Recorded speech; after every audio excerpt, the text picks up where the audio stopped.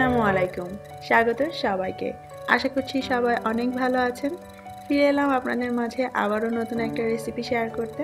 আর আমার আজকের রেসিপি হচ্ছে পারফেক্ট ফুচকা। আমরা ঘরে অনেকেই ফুচকা তৈরি করে থাকি, কিন্তু সেগুলো দেখতে এবং খেতে কেন যেন দোকানেরগুলোর মতো হয় না। আজকে আমি আপনাদের সঙ্গে সেই সিক্রেট রেসিপিটি শেয়ার করব। আশা করছি আপনাদের সবার অনেক ভালো লাগবে।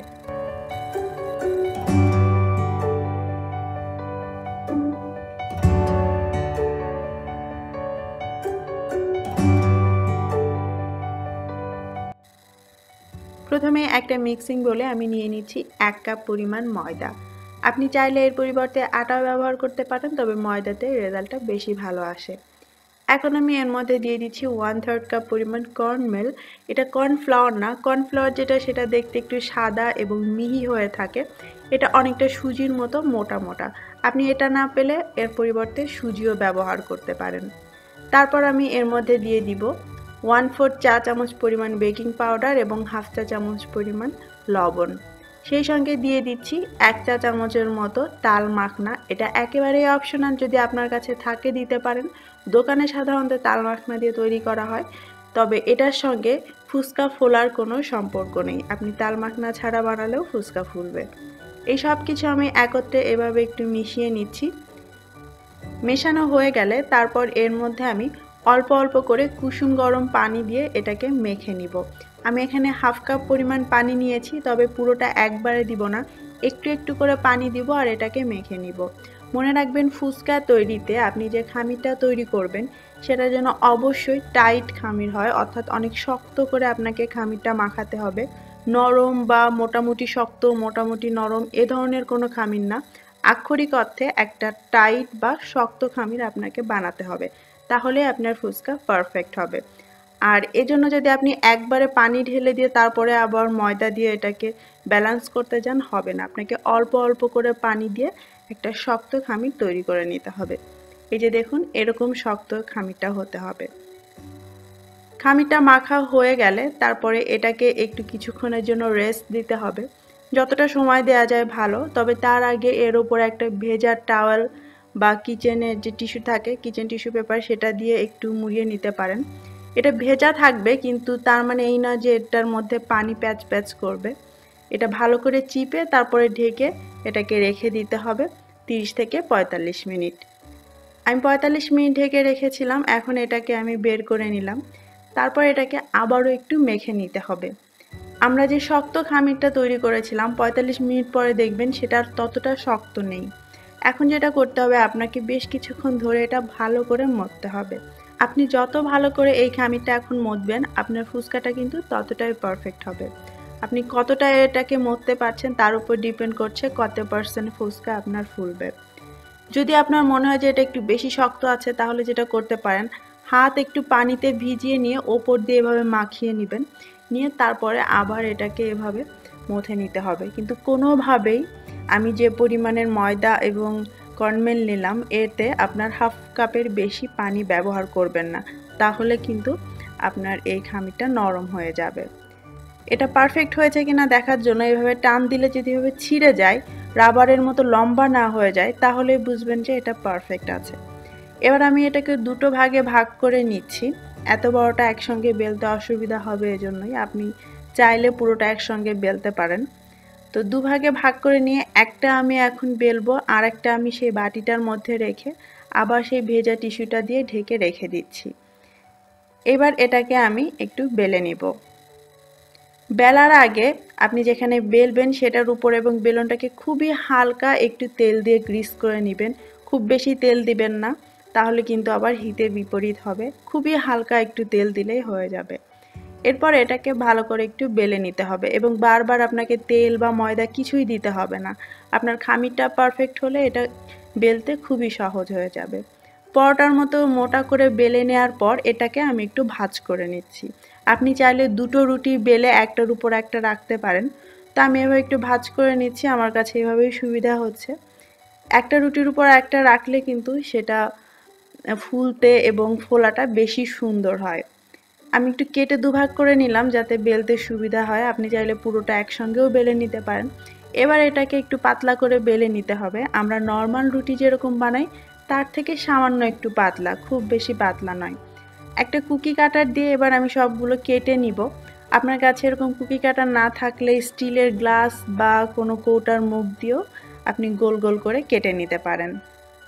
কাটা হয়ে গেলে এক্সট্রা যে অংশটা সেটা এভাবে তুলে নিতে হবে। এটা এখন আমি আবার সেই বাটিটার মধ্যে রেখে দিব, বাকি খামিরের সঙ্গে পরে আবার বানিয়ে নিব। যেগুলো কাটা হয়ে গিয়েছে সেগুলো এখন আমি একটা ট্রের উপরে উঠিয়ে নিচ্ছি। আমি একবারে সবগুলো বানিয়ে তারপরে ভাজবো, এজন্য আমি সবগুলো একটা ট্রের উপর রেখে নিচ্ছি। বাকিটা বেলতে বেলতে এটা যাতে ড্রাই না হয়ে যায় এজন্য একটা ভেজা টিস্যু দিয়ে এটাকে আবার আমি ঢেকে রাখছি। তারপর বাকিটা আমি আবারও একইভাবে এভাবে বেলে নিব। বেলা হয়ে গেলে কেটে এক্সট্রা অংশটা তুলে নিব। আর আরেকটা জিনিস মাথায় রাখবেন, ফুচকা বানানোর ক্ষেত্রে ফুচকাটা কেটে নেওয়ার পরপরই এটাকে তেলে ছাড়বেন না। মিনিমাম 4 থেকে 5 মিনিট এটাকে একটু রেখে দিবেন, তারপরে আপনি এটা ভাজতে যাবেন। তাহলে কিন্তু ফুচকাটা বেশি ভালো ফুলবে। একই খামিরে আপনি যদি ফুচকাটা বেলে সাথে সাথে ভাজতে যান, সেটাতে যে রেজাল্ট আসবে, আর এটাকে 4-5 মিনিট একটু রেখে তারপরে ভাজলে সেটাতে কিন্তু অন্যরকম রেজাল্ট আসবে। তাহলে ফুচকাটা বেশি ভালো ফুলবে। আর এটাকে রাখার জন্য আপনি এভাবে খোলা অবস্থায় না রেখে ওপরে একটা টিস্যু দিয়ে ঢেকে রাখবেন বা একটা ভেজা টাওয়াল দিয়ে। এখন আমি সবগুলো ভেজে নিব। চুলায় আমি মিডিয়াম হাই হিটে তেল গরম করে নিয়েছি 2 কাপ। এখন সেই ফুচকা যেগুলো আমি কেটে রেখেছিলাম সেগুলো একটা একটা করে এর মধ্যে দিয়ে দিচ্ছি। মনে রাখবেন ফুচকাটা ফুলবে কিনা সেটাও কিন্তু ডিপেন্ড করছে আপনার তেলটা ঠিকমতো গরম আছে কিনা। তেল যদি কম গরম হয় ফুচকা কখনোই ফুলবে না।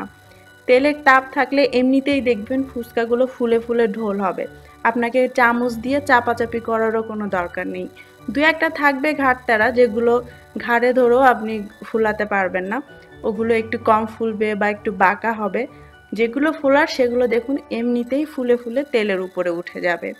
এবং এটা ফুলে যাওয়ার পরপরই 30 থেকে 40 সেকেন্ড পরে এগুলোকে এভাবে উল্টে দিতে হবে। আর আমার চুলার সর্বোচ্চ তাপ হচ্ছে 9, আমি এটাকে 7-এ দিয়ে রেখেছি এবং এভাবেই আমি এগুলোকে ভেজে নিব। কালারটা দেখতেই পাচ্ছেন কেমন হচ্ছে, এরকম কালারটা হলেও উল্টে দিতে হবে। তারপরে অপর পাশটাও কিছুক্ষণ রেখে কালার করে নিতে হবে। তো আমি এগুলোকে উল্টে দিচ্ছি। উল্টে দেওয়া হয়ে গেলে এটাকে আপনি আধা মিনিটের মতো আবার একটু অপেক্ষা করবেন। অপেক্ষা করার পর তারপর চাইলে একটু উল্টে দিতে পারেন যদি মনে হয় যে না আর একটু কালার করতে চান। তবে যেহেতু চুলার আঁচটা মিডিয়াম হাইয়ে থাকে তো এটা হতে খুব বেশি সময় লাগে না। আর ফুচকাগুলো আমরা পাতলা করে বেলেছিলাম, তাই অনেক সময় ধরে এটাকে ভাজারও কিছু নেই। দেখুন হয়ে গিয়েছে। এক এক ব্যাচ ভাজতে ম্যাক্সিমাম আপনার 2 থেকে 3 মিনিট সময় লাগতে পারে। সবগুলো উঠানো হয়ে গেলে সাথে সাথে আবার সেকেন্ড ব্যাচ দিবেন না, একটু অপেক্ষা করবেন। তেলটা আবার যখন গরম হয়ে যাবে তারপর ওর মধ্যে আবার সেই কেটে রাখা ফুচকাগুলো ঢালবেন। এক ব্যাচ ওঠানোর পরে 30 থেকে 40 সেকেন্ড বা 1 মিনিট ওয়েট করে তারপরে তেলের মধ্যে দিবেন। এই সময়ের মধ্যে তেলটা আবার পুরোপুরি গরম হয়ে যাবে, তাহলে পরের ব্যাচের ফুচকাগুলো একদম পারফেক্টভাবে ফুলতে থাকবে। দেখতেই পাচ্ছেন মাশাআল্লাহ কত সুন্দর করে ফুচকাগুলো ফুলছে। এভাবে করে আমি সবগুলো ফুচকা একে একে ভেজে তুলব।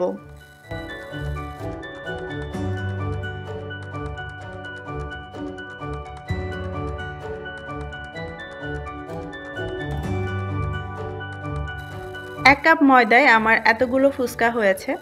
এখন চলুন আমরা আলাদা করি কোনগুলো ঠিকমতো ফুলেছে আর কোনগুলো ফুলেনি।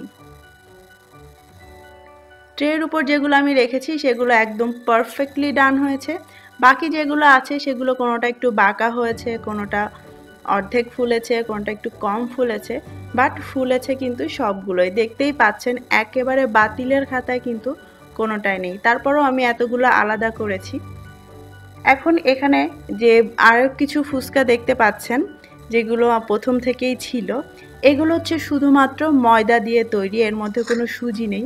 দেখুন এটাও ফুলবে, ক্রিস্পি হবে, কিন্তু যেটা হবে এর শেলটা খুব পাতলা হবে।